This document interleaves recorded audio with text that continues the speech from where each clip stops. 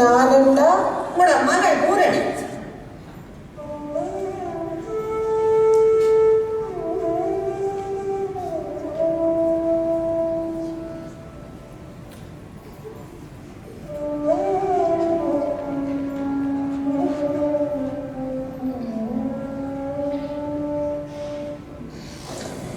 என்ன இந்த நேரம்? வேலை முடிஞ்சுதான் மாறினே. இன்றைக்கு பிஎஸ்டபிள்யூ வந்த பாவம் வீட்டில் ஒரு தனியான தனியை விட்டுட்டு எல்லாரும் வேலைக்கு போடணும். நான் தனியத்தான் இருக்கிறேன். நான் எனக்கு ஒன்றும் தெரியாது. என்னம்மா சொல்லுவீங்க? முழு நேரமும் அங்கே ஒருத்தர் உங்களோட இருப்பில் வந்து தானே சொல்லி கொண்டிருந்தேன். நான் இன்னைக்கு வேலைக்கு போகாம காலையில் 11 மணிக்கு உங்களை பார்க்க வந்தா தெரியுது நீங்க தனியத்தான் இருக்கிறீங்களான்னு. அது சரி, இன்னைக்கு வேலைக்கு போகல. ஏனம்மா எங்களை விட்டுட்டு மகனுடைய மருமகளுடைய இருக்க வந்த நீங்க அவைகளை இறக்கப்பட்டு அவையோட பிள்ளைகளை பிறந்தலேருந்து வளர்த்து இப்போ வயசு வந்த காலத்தில் தனியும் எங்களோட வந்திருந்தா நாங்கள் ஒரு நிமிஷமும் கூட தனியாக விட மாட்டோம். எங்களோட இது கேட்க எப்படி சந்தோஷமாகவும் குழு குழு கொண்டு இருந்தீங்க. லட்சியம் எப்படி இருக்கிறார்? படிப்பு இல்லாமல் எப்படி போகுது? அதுதான் உங்கள்கிட்ட வந்த நான். வீட்டில் எங்களுக்கு கொஞ்சம் கஷ்டம். அவரோட பிசினஸ்ல உங்களுக்கு தெரியும் தானே. இப்ப கடன் வட்டி கட்டியே களைச்சு போன 3% வட்டி. காந்தனுக்கு இப்ப வேலை இல்லை. அதால லக்ஷியாவுக்கு யூனிவர்சிட்டி அட்மிஷன் ஃபீ கட்டுவதற்கும் அவள் இந்த ஹாஸ்டல் ஃபீஸ் கட்டுவதற்கும் $10,000 உடனடியா வேணும். எங்க போறதுன்னு தெரியல.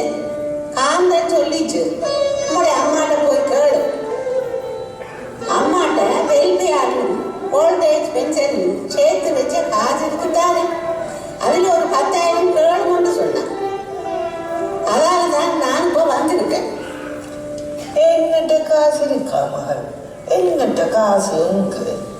ஆமா, நல்லா யோசிச்சு பாருங்க. நீங்க அவங்கள வீட்டுல இருந்து உங்களோட 2வது மகனோடைய மருமகளோடைய அவரோட பிள்ளைகளை வளர்க்க வரைக்க நீங்கள் எனக்கு காட்டினீங்க $40,000.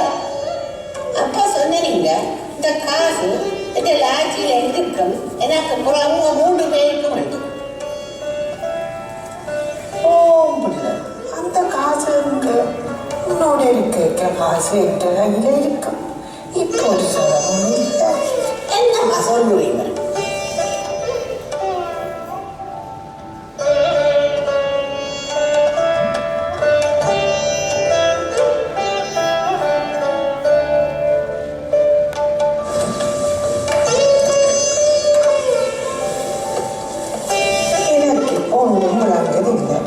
சில நேரத்தில் பழைய ஞாபகம் வரும்.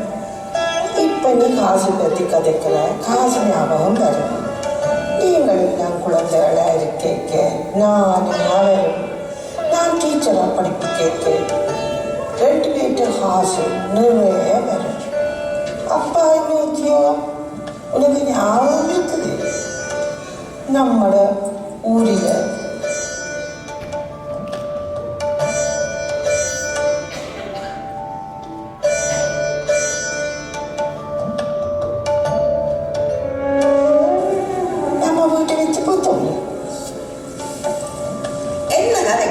சம்பந்தம் இல்லாம இதுக்கு முதல் நீங்கள் இப்படி கலைச்சதை நான் பார்க்கல.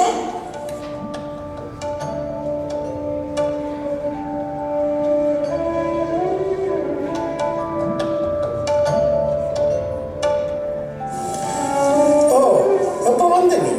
அது இருக்கட்டும், அம்மாவை எப்படி தனியா முடிக்கீங்க? என்ன திடீர்னு அம்மா இருக்கிற? பழத கிளறாத. நீ ஏன் அம்மாவை கிட்ட இருந்து பிரிச்சு இங்க அம்மாவை இந்த நேரத்துக்கு கொண்டு வந்திருக்கிற? இப்போ உங்க பிள்ளைகள் எல்லாம் வளர்ந்துட்டேன். பாவம் இந்த மனுஷி அனாத போல நான் கொடுக்க தனியா இருக்குது. உனக்கு இப்போ இவ சபையில தானே நான் கொடுக்கணும் போறோம். அது நடக்காது. அம்மா இங்கதான்.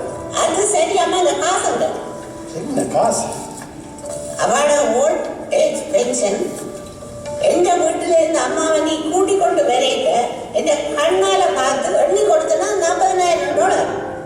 அதெல்லாம் உங்களுக்கு தெரியாது, அது அம்மாட்ட கேடு. என்னோட அவள் வந்த பிறகு சேர்த்த காசில் தான் இந்த பேர் அம்மாவோட ரூமை, புதுக்கட்டில், அவளுக்கு ஒரு அட்டாச் பாத்ரூம் எல்லாம் கட்டி கொடுத்துருக்கிறாள். அவளோட அவையில் தனி டிவி போட்டு கொடுத்துருவாள். இதெல்லாம் அந்த காசு தானே. நீதி நியாயமா கதைக்கிறாங்களோட கதைக்கிறேன். உன்னோட நான் காசு பற்றி கதைக்க விரும்பல. நானும் மாதிரி கொண்டு போக போறேன். அது நடக்காது. அவளோட பவர் ஆஃப் அட்டோர்னி என்னட்டே இருக்கு. பவர் ஆஃப் அட்டோர்னியா? எப்பொழுது நானும் பிள்ளைன்ட்டு என்னோட ஒரு வாய்க்க வேண்டிய அதெல்லாம் நான் ஒருத்தர்கிட்ட கேட்க தேவையில்லை. நீ இப்போ இந்த வீட்டை விட்டு போ, இல்லையா நான் பெருசாக கூப்பிட முடியும்.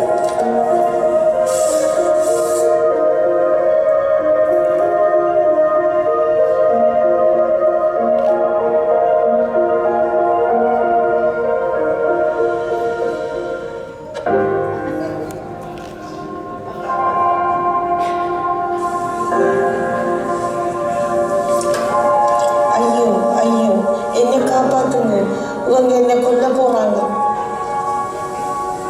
நான் போறேன். நான் சந்திக்க வேண்டிய இடத்துல சந்திக்கிறேன்.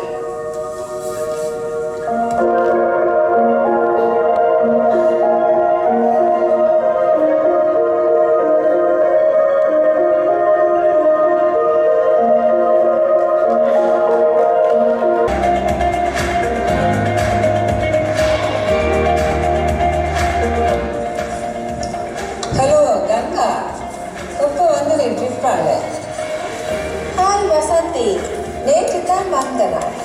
நீரும் STC விழாவில் தானே போறீர்? ஓம் ஓம், வேறும் போவோம். உமக்கு என்ன, STC இருக்கும் வரைக்கும் உல்லாசம்தான். எப்படி இவ்வளோ ட்ரிப்பெல்லாம் போச்சுது? நல்லா போச்சுது. உமா தான் மிஸ் பண்ணிட்டேன். பாலாவுக்கு லீவு கிடைக்காதெல்லாம் நாங்கள் வரையில்லை. அடுத்த ட்ரிப்பு கட்டாயம் வருவேன். பாலா இப்ப ரிட்டர் பண்ண போறார். அது சரி, நாங்க ட்ரிப்ல இருக்க பல புது ஆக்டிவிட்டிஸ் STC வியாழக்கிழமையில தொடங்கி இருக்கான். அதை பற்றி கொஞ்சம் சொல்லுங்க. ஓம் ஓம், நீரும் கட்டாயம் வேறும். டான்ஸ் பயிற்சி, பலதரப்பட்ட indoor games, carrom, rummy, chess, bridge, scrabble, knitting, அதோட ரெசிபி ரிடர்ஸ். ஒவ்வொருத்தரும் விதவிதமான சாப்பாடுகள் செய்து அவற்றின் செய்முறைகளே வாட்ஸ்அப்பில் போடுவினோம். அடுத்தது திங்கட்கிழமையில பரோஸ்கோவில் கேம்ஸ் நடக்கிறது. கிழமையில 5 நாளும் ப்ரோக்ராம் நடத்தி நாம் எல்லாம் நல்ல சந்தோஷமாக இருக்க STC நிர்வாகம் சிறப்பாக செயல்படுகிறது. STC 40வது ஆண்டு விழா வார வருஷம் மே மாதம் அளவு முழு தமிழ் சமூகத்தை உள்வாங்கி பெருசா கொண்டாட வேண்டும் என்று போர்டு நிர்வாகம் நினைக்குது. நாமும் அதுக்கு நல்ல ஆதரவு கொடுக்க வேண்டும். உண்மைதான். நமக்கு தெரிந்த நண்பர்களையும் STCயில் சேர்க்க வேணும். நாம் வரும் இன்பம் பலரும் பெற வேணும். அது சரி, உமக்கு ஒரு நியூஸ் தெரியுமா? என்ன புது நியூஸ்? நம்மளோட ஃப்ரெண்ட் பூரணி அவதான். அவவும் ஒரு STC மெம்பர். உமக்கு தெரியுமா? அவ நல்லா தெரியும். சொல்லும், அவருக்கு என்ன நடந்தது? பாவம். அவளுக்கு ஒன்று நடக்க இல்லை. அவவும் அவளோட தம்பியும் பெரிய சண்டையா. தம்பியார் அம்மாவோட காசு எல்லாம் இவங்க கொண்டு கொடுக்காம அமர்த்திட்டாரா. அந்த சண்டையில தாய் முழுவரிப்பட்டு கீழே விழுந்து நாரி உடைஞ்சு போச்சான். பாவம் அந்த வயசான மனுஷிய இப்போ தமிழ்நாட்டில் நடக்கிற சீனியர் கோவிலையில விட்டு இருக்கா. பாவம் அந்த கிழவி வாழ்க்கையில் ஒன்றையும் அனுபவிக்கல. STCயில் அந்த காலத்தில் சேர்ந்துருந்தா இவ்வளோ சந்தோஷமா இருந்திருக்கும் அந்த மனுஷி. இது இப்போ நடந்ததுப்பா. இப்போ நடந்து 4-5 மாதம் ஆச்சு. நீர் முழுசா கதையை கேளுங்க. இன்னும் என்ன இருக்கு? அது பூரணி தம்பியாருக்கு எதிராக கோர்ட்டில் வழக்கல்ல வச்சிருக்கு. தாயிட காசை களவெடுத்ததுன்னு தாயை சரியா பார்க்க இல்லைன்னு. அந்த வழக்கு இன்றைக்கு இன்னும் கொஞ்சம் நேரத்தில் கோர்ட்டில் நடக்க போகுது. அதுவும் அப்படியே எங்களோட தமிழ் சமூகம் எப்படி மாறிவிட்டது. தாய் தகப்பனோட வளர்க்க சிறு பிள்ளைகளை அக்கா தம்பி என்ற பாசம் சௌரங்கள்லாம் உலகம் என்று வாழ்ந்தவர்கள் எல்லாம் தங்களுக்கு என்ற ஒரு குடும்பம் வந்தவுடனே காசு பணம் ரெண்டு உறவுகளை எல்லாம் கொச்சப்படுத்தி இப்போ பூரணி குடும்பத்தில் மட்டும் இந்த சீர்கேடு நடக்க இல்லை. பொதுவாக பல குடும்பங்களும் இது நடக்குது. உண்மைதான் வசந்தி. இந்த சீர்கேடு பற்றி பேசினால் அதற்காக எஸ்டிசி ஒரு கருத்தரங்கு வைக்க வேண்டும். சரி சரி, உள்ளுக்கு எல்லா ஆயத்தங்களும் செய்தாச்சு போல. நம்ம கூப்பிடினும் வேறு போவோம்.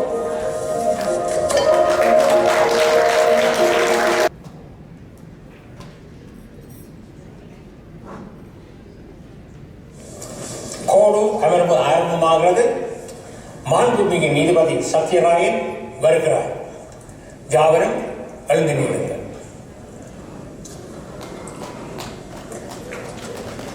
இப்பொழுது யாவரும் அமரலாம். இன்றைய விசாரணை பூரணி சிவகாந்தன் மனுதாரர், புவிதாஸ் பூலோகநாதன் எதிர் மனுதாரர்.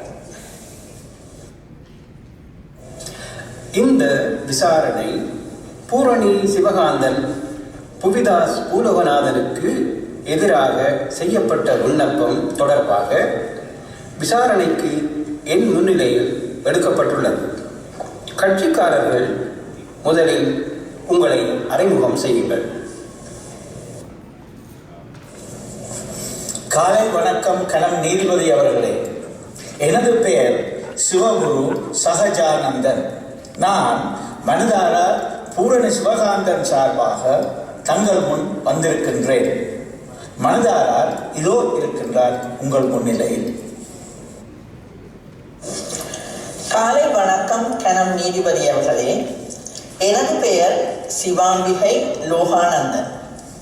நான் எதிர் மனுதாரர் புவிதாஸ் பூலோகநாதன் சார்பாக வாதாட உங்கள் முன் வந்திருக்கிறேன். எதிர் மனுதாரரும் இதோ உங்கள் முன்னிலை. திரு சகாஜானந்தன், மனுதாரர் சார்பாக உங்கள் வாதத்தை முன்வைக்கலாம். சட்டத்தரணிகள் இருவரும் தாக்கல் செய்த மனுவையும் எதிர் மனுவையும் நான் முற்றாக படித்து முக்கியமான விடயங்களை கவனத்தில் கொண்டுள்ளேன். ஆகவே இந்த விண்ணப்பத்தின் பின்னணி பற்றி பேசுவதற்கு நீங்கள் நீண்ட நேரம் செலவழிக்க வேண்டியதில்லை. மனுதாரர் கூறியுள்ள கட்டளைகள் பின்வருமாறு. முதலாவது, அன்னபூரணி பூலோகநாதனின் அதிகார பத்திரத்தின் பவர் ஆஃப் அட்டர்னியின் கீழ் நிறைவேற்றப்பட்ட சகல விவரங்களையும் செலவினம் மற்றும் சகல பொருளாதார நடவடிக்கைகளை எதிர் மனுதாரர் மன்றில் சமர்ப்பிக்க வேண்டும். இரண்டாவது, திருமதி பூலோகநாதனின் முழு மெடிக்கல் ரெக்கார்டு, வைத்தியசாலையின் பதிவு அறிக்கை, PSW பதிவு, ஸ்பெஷலிஸ்ட் ரிப்போர்ட், ஓஹிப் சமரி யாவும் சமர்ப்பிக்கப்பட வேண்டும். மூன்றாவது, திருமதி பூலோகநாதனின் சர்ச்சைக்குரிய பவர் ஆஃப் அட்டர்னி அதிகார பத்திரத்தை ரத்து செய்ய வேண்டும். நான்காவது, கூறப்படும் அதிகார பத்திரத்தின் பவர் ஆஃப் அட்டர்னி அடிப்படையில் எதிர் மனுதாரருக்கு வழங்கப்பட்டுள்ள அதிகாரங்களை உடனடியாக ரத்து செய்ய வேண்டும். ஐந்தாவது, கூறப்படும் அதிகார பத்திரத்தின் பவர் ஆஃப் அட்டர்னியின் மூலப்பிரதியை மனுதாரருக்கு வழங்க வேண்டும். ஆறாவது, திருமதி பூலோகநாதன் அவர்களை மனுதாரரின் பதிவிடத்திற்கு அண்மையில் உள்ள தரம் வாய்ந்த முதியோர் இல்லத்தில் அனுமதிக்க வேண்டும். ஏழாவது, பக்க சார்பற்ற நடுநிலை வகிக்கும் ஒருவரை திருமதி பூலோகநாதனுக்கு கார்டியனாக நியமிக்க வேண்டும். ஆகவே எதிர் மனுதாரருக்கு எதிராக நான் மனுதாரர் கேட்டிருக்கும் கட்டளைகளை பிறப்பிக்க வேண்டும் என்பது பற்றி உங்கள் சமர்ப்பணத்தை தொடரலாம். நன்றி கனம் மாண்புமிகு நீதிபதி அவர்களே. 93 வயதுடைய திருமதி பூலோகநாதன் அவர்கள் தம் வாழ்நாள் முழுவதும் தமது குடும்பத்திற்காக தியாகம் செய்தவர். இவருக்கு 3 பிள்ளைகள் உள்ளனர். அதில் மனுதாரர் பூரணி 2வது பிள்ளை, எதிர் மனுதாரர் புவிதாஸ் இளைய பிள்ளை. மனுதாரர் தாயாரை கனடாவுக்கு ஸ்பான்சர் செய்து 15 ஆண்டுகள் தன் வீட்டில் அன்போடு பராமரித்தார். பின்னர் தன் குழந்தைகள் சிறியவை என்பதற்காக தாயாரின் சேவை தேவைப்படுவதாக கூறி எதிர்மனதாரார் மனிதாரையும் தாயையும் நிர்பந்தித்து அவரை தன்னுடன் வைத்துக் கொண்டார். ஆனால் அதன் பின் தாயாரின் நிலைமையில் பெரும் வீழ்ச்சி ஏற்பட்டுள்ளது. முதலாவதாக எதிர்மனதாரால் தாயாரின் ஓல்ட் ஏஜ் பென்ஷன், வெல்ஃபேர் மற்றும் பிற அரச உதவிகளையும் தனக்கே உரியவையாக கருதி கையாடல் செய்துள்ளார். தாயாரின் அடிப்படை தேவைகள் உணவு, மருந்து, ஆடை போன்றவற்றில் போதிய செலவுகள் மேற்கொள்ளப்படவில்லை. அதற்கு ஆதாரமாக இருந்த வங்கி பதிவுகள், வைப்புகள் பற்றிய விவரங்கள் மறைக்கப்பட்டுள்ளன. இரண்டாவதாக, தாயார் உடல்நலனில் குறைபாடு ஏற்பட்ட பின்னரும் எதிர்மனதாரால் மருத்துவ பரிசோதனைகள் செய்யவில்லை. ஸ்பெஷலிஸ்ட் ரிப்போர்ட்ஸ், PSW பதிவுகள், ஓரிப் சுருக்கங்கள் எதுவும் சமர்ப்பிக்கப்படவில்லை. இது தாயாரின் நலனை கவனிக்காததை காட்டுகிறது. மூன்றாவதாக, மேலும் கவலைக்கிடமான விஷயம் என்னவென்றால், திருமதி பூலோகநாதன் மனிதாரின் வீட்டில் இருந்து எதிர்மனிதாரார் வீட்டிற்கு மாறும் பொழுது தாயார் சுயமாக கையெழுத்து போடக்கூடியவராக இருந்தார்.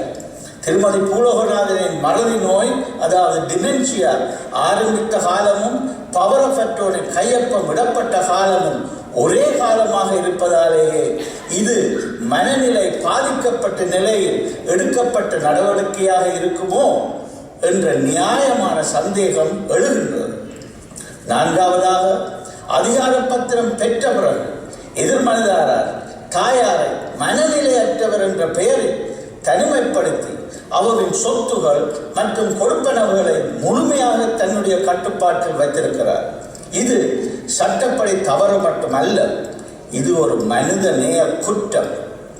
ஆகையால் மாண்புமிகு நீதிபதி அவர்களே, மேற்குறிப்பிட்ட காரணிகளால் பவர் ஆஃப் அட்டர்னியின் கீழ் செய்யப்பட்ட அனைத்து நிதி நடவடிக்கைகளையும் வெளிப்படுத்தப்பட வேண்டும். அதேபோல் மருத்துவ பதிவுகள் அனைத்தும் சமர்ப்பிக்கப்பட வேண்டும். இவ்வாறு வற்புறுத்தலின் அடிப்படையில் பெற்ற பவர் ஆஃப் அட்டர்னியை உடனடியாக ரத்து செய்ய வேண்டும் மற்றும் திருமதி பூலோகநாதனை மனிதாரின் வீட்டு அருகில் உள்ள மதிப்புமிக்க முதியோர் இல்லத்தில் சேர்த்து பக்கச்சார்பற்ற கார்டியன் ஒருவரை நியமிக்க வேண்டும். இதுவே உண்மையான நீதியாகவும் தாயாரின் அமைதியான வாழ்வுக்கான ஒரே வழியாகவும் அமையும் என கூறி கோரப்பட்டுள்ள கட்டளைகளை இடுமாறு நீதிமன்றத்தை தாழ்மையுடன் கேட்டுக்கொள்கின்றேன். இதுவரை எனது சமர்ப்பணத்தை பொறுமையுடன் செவிமடுத்ததற்கு எனது நன்றிகள். நன்றி திரு சகாயானந்தன். திருமதி லோகானந்தன், உங்கள் எதிர்வாத சமர்ப்பணத்தை தொடங்கலாம். கனம் மாண்புமிகு நீதிபதி அவர்களே, மனிதாரார் கேட்டுள்ள கட்டளைகளை நிராகரித்து மனுவை தள்ளுபடி செய்ய வேண்டும் என பணிவுடன் கேட்டுக்கொள்கிறேன். ஏனெனில் திருமதி அன்னராணி பூலோகநாதனால் அவரது மகனுக்கு வழங்கப்பட்ட பவர் ஆஃப் அட்டர்னி, அதாவது அதிகார பத்திரம், அவர் சுய நினைவுடன் இருக்கும் பொழுது தன்னார்வத்துடன் நிறைவேற்றப்பட்டது. பத்திரம் ஒழுங்குமுறை தவறி அம்மாவின் சுய நினைவின்றி வற்புறுத்தலின் அடிப்படையில் நிறைவேற்றப்பட்டது என்பதற்கான எதுவித சாட்சியமோ ஆதாரமோ மனுதாரரினால் சமர்ப்பிக்கப்படவில்லை. தத்துவ பத்திரம் நிறைவேற்றுவதற்கான சட்ட விதிகள் தவறாமல் கடைபிடிக்கப்பட்டுள்ளன. இரு சாட்சிகளின் முன்னிலையிலும் சட்டத்தரணி ஒருவரின் முன்னிலையிலும் அம்மா தனது பெருவிரல் அடையாளமிட்டு அதனை நிறைவேற்றியுள்ளார். இதில் எதுவித சட்ட முறைகேடும் நிகழவில்லை. எதிர்மனதாரர் தன் தாய் மேல் தான் வைத்துள்ள அன்பு பாசத்தின் தூண்டுதலிலும் சட்ட நிபந்தனைகளுக்கு அமையவும் தனது கடமைகளை மேலும் தனது தாயாரின் அதி உயர் நன்மை கருதியும் 10 வருடங்களாக பொறுப்புடன் நிறைவேற்றி வருகிறார். இந்த 10 வருட காலத்தில் மனுதாரர் தனது தாயாரின் நலனில் எதுவித அக்கறையும் காட்டவில்லை. தற்பொழுது திடீரென அம்மாவில் பாசம் வருகிறதோ? இந்த திடீர் பாசத்துக்கான நோக்கம் என்ன என்ற கேள்வி எழுகிறது. தற்பொழுது திருமதி பூலோகநாதன் தமிழர் ஒருவரினால் நடாத்தப்படுகிற முதியோர் இல்லத்தில் அனுமதிக்கப்பட்டு தகுந்த முறையில் பராமரிக்கப்படுகிறார். மேலும் அம்மாவுக்காக வழங்கப்பட்ட அரச உதவி பணம் அவரின் சகல தேவைகளுக்காகவும் செலவு செய்யப்பட்டன. எதிர்பார்ப்பது போல் அரச உதவி பணத்தில் அம்மாவிடம் சேமிப்பு எதுவும் இல்லை. மனுதாரர் கேட்டுக்கொண்டதற்கு இணங்க சகல அறிக்கைகளையும் அம்மாவின் வருமான செலவுக்கான ஆவணங்களையும் இத்துடன் பதிவுக்காக சமர்ப்பிக்கிறேன். ஆகவே கனம் நீதிபதி அவர்கள் மேற்கூறிய காரணங்களுக்காக மனுதாரரின் மனு தீங்கிழைக்கும் நோக்கத்துக்காக தாக்கல் செய்யப்பட்ட மனுவென தீர்மானித்து அம்மனுவை தள்ளுபடி செய்யும்படி மீண்டும் தாழ்மையுடன் கேட்டுக்கொள்கிறேன்.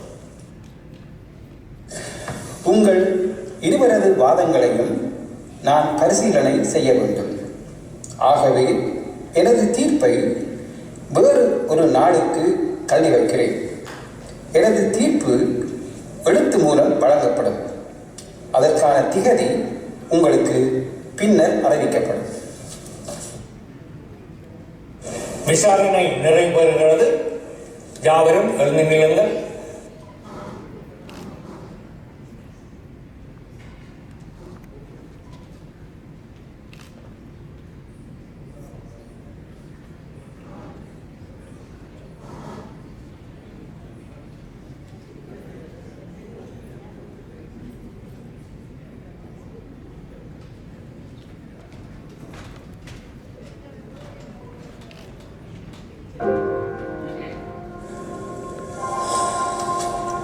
இப்ப உங்கள் இருவருக்கும் நல்ல சந்தோஷம் தானே?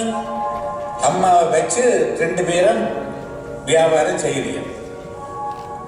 முதல்ல மூத்த மகன் என்னையும் அம்மாவையும் திட்டம் போட்டு வெல்ஃபேருக்காக பிரிச்சிங்கள். உங்களால இந்த பெரிய தொகையை நான் கனடா அரசாங்கத்துக்கு அம்மாண்ட வெல்ஃபேருக்காக கட்டினான் தெரியும். எனக்கு தெரியாம இன்றைக்கு 2 பேரும் அம்மா அந்த பணத்துக்காக கோர்ட்ல சண்டை போடுகிறீங்க. இனிமேல் யார்கிட்ட காசுக்காக சண்டை போட போறீங்க பார்க்கலாம். என்ன சொல்றீங்க? யார் அந்த சொந்தம் எப்பவும் முடிஞ்சு போன கதை. அம்மாவும் இப்ப போயிட்டா. என்ன அம்மாவுக்கு என்ன? அம்மா அங்கள் எல்லாரையும் விட்டுட்டு போயிட்டாவடா. சீனியாவோ உங்களை தான் முதல்ல கால் பண்ணுறாரு. நீங்கள் இங்க கோர்ட்டில் குரல்தான் என்ன கால் பண்ணி அம்மா இப்பதான் இறந்த செய்தியை சொன்னது. நீங்கள் 2 பேரும் அம்மாவையும் என்னையும் உறக்க செய்து பிரிச்சுட்டீங்களேடா. இது என்ன உறவு நமக்குள்ள இருக்குது? என்ன வாழ்க்கை இது? கடவுளே.